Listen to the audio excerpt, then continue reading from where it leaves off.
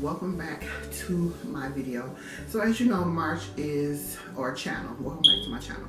March is Endometriosis Awareness Month, and I thought I would come in and talk to you about things I regret doing on my endometriosis journey. As you know, or you may not know, on Thursday I will be having surgery number 15. It is the final surgery of this journey. My hope is to get to a stage 5 on the pain scale and live there. But there are some things that I have done. I talk with my hands, y'all.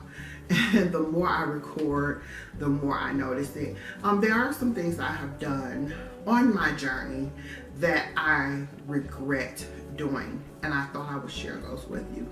So if you want to hear what my endometriosis treatment regrets are, then just keep watching. Regret number 1, Lupron. Lupron is a shot, it's an injection that puts a woman who has endometriosis or chronic pelvic pain or whatever, it is commercially used for cancer, but it's offered to women with endometriosis as a means of controlling endometriosis. Biggest lie ever told, ever. It does not, in my opinion, every view expressed in this video is my opinion. Lupron is not for women with endometriosis. Number 1, I did 9 months of Lupron. It puts you into chemical menopause. Oh my God.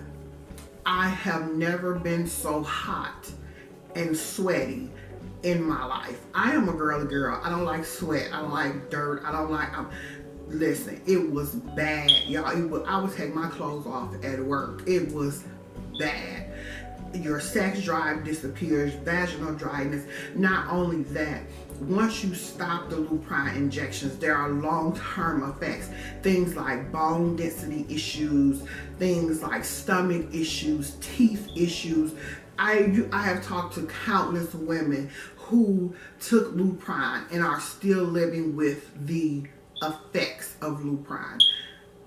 I absolutely regret taking Lupron. It was my first biggest mistake on my endometriosis journey. Number 2, the Mirena IUD. I have to tell y'all my Mirena story. Matter of fact, the Mirena story is on this channel. I will link it somewhere up in here. My Mirena IUD story is here. Mirena IUD for endometriosis. Another thing they will offer you. They have now marketed as Skylar. Don't fall for it. Don't buy into the hype. I had the IUD for 10 months. I bled for 10 months. It got to the point where I told my doctor, either you take it out or I'm going to figure out how to take it out. The Mirena IUD was horrific. I bled. I honestly believe the reason why I am chronically anemic now and need to be doing iron infusions, or what do they call it? Yeah, iron infusions. I haven't been. And it's probably why I feel like I feel too. Is because of the Mirena IUD.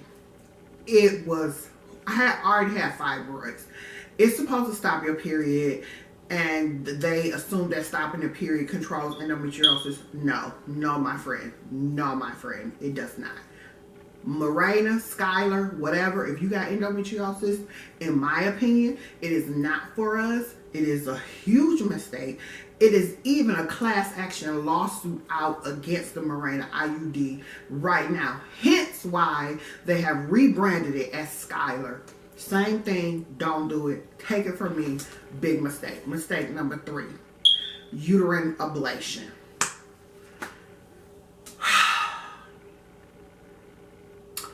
It happened at Grady Hospital. Do I need to say anything else? I had a uterine ablation. I was bleeding so bad. My periods were so heavy. Even after the Mirena, it was honestly after the Mirena IUD, I got worse. my bleeding got worse. If that's even freaking possible, it got worse. So Dr. I forget her name because I'm still looking for her. She suggested a uterine ablation in which they shave the uterus, okay? And make it thin. Y'all, I got a uterine ablation in 2013, I want to say. She packaged it up to me as, we're going to go in, they did thermal, a thermal uterine ablation. We're going to ablate the uterus. It's going to calm down some of this bleeding. It's going to do this. It's going to do that. It may change your periods or whatever. But the ultimate goal was to calm down some of the bleeding. Recovery would be minimum. You know, a week or so and you're back up on your feet, living life, doing you. Y'all, my recovery was horrible. I remember being in Family Dollar and D coming in and was like, go to the car. I'm like, why? It was blood and water running down my leg from the uterine ablation. Biggest mistake. That was mistake number 3. That was the most, that uterine ablation, when you don't know or when you're desperate for relief, and you're at a teaching hospital, I feel like there are some doctors in there who are opportunistic and they want a chance to practice on you. And I feel like she practiced on me because after my uterine ablation, she disappeared. She disappeared. She was nowhere to be found. I even have a video about her, about how I loved her and all this other stuff, and I will link that below. That lady deceived me so bad. And we did this ablation. I kept bleeding. I'm talking clots, and it was just awful. When you are offered, first of all, how to avoid making mistakes in treatment. There's really no way to avoid making mistakes because every woman's situation is different and every woman's outcome will be different. Your first thing is to find a doctor that you trust.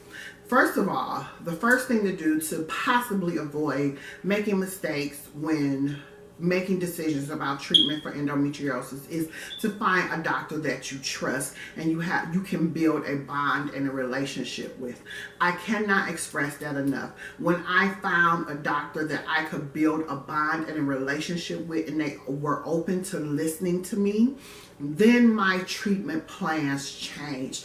My treatments changed and got better when I got to St. Joseph Hospital here in Atlanta, and I got Dr. Susan Griffith. I don't even remember how I found this lady, but her office has everything you need, from reproductive assistance to chronic pelvic pain treatments, which I'm under her care, but the doctor that's seeing me now is her partner, which he treats me for the vaginismus, and we're getting, and they together, we're going into the OR Thursday, so it'll be him, her, their teams, and we're going into the OR Thursday.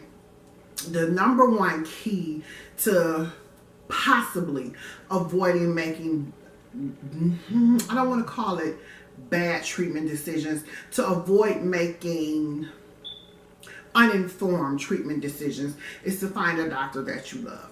Number 2, research, but understand there's a lot of information on the internet superhighway. Some of it's true, some of it's false, some of it will scare the shit out of you, and some of it will have you so excited, like, yes, this is gonna work, and then you do it and it fails. Understand that it is a case-by-case basis, and it's the results will be as individual or as unique as the patient is. So find a doctor that you trust.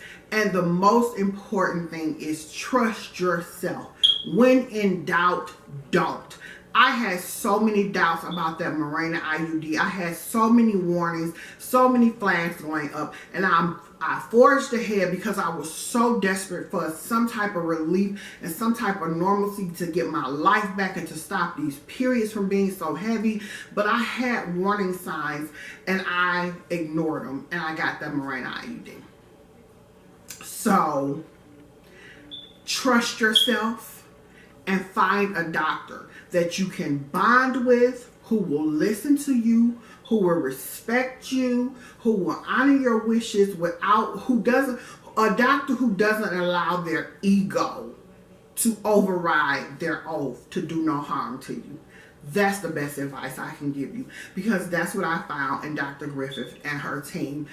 Her ego doesn't override the oath to do no harm to me. And she has been aggressive about helping me get to a level 5 on the pain scale. I've never been treated like a drug seeker. What do they call us? Pill seekers, hypochondriacs. Oh, it can't be that bad. Oh, you don't look sick. I've never heard none of that from her. None of it. I mean, her partner came in the room the first time he met me, and he was down there in tears. He was like, we've done everything. It's like, what more? And your body is just persisting. Endometriosis is just ravaging you. And I was like, and he's the first male gynecologist that I've worked with, because I had a no man policy. He's the first male gynecologist that I've worked with, and I love that man. So we're making decisions about treatment. A good doctor, and trust yourself. And understand that outcomes will be different for everybody. If it doesn't work out, you learn and you move on. So I hope this video helped. I hope this information helped. I will, if you're in Atlanta and you have endometriosis, I will leave my doctor's information down below. If I forget to leave her information, put in the comment section, hey, you forgot to leave her information. And I will talk to you guys when I come out of the anesthesia clouds. I'll talk to you in another video. Thank you so much for watching. Pray for me, guys. And I will see you all very, very soon. Bye.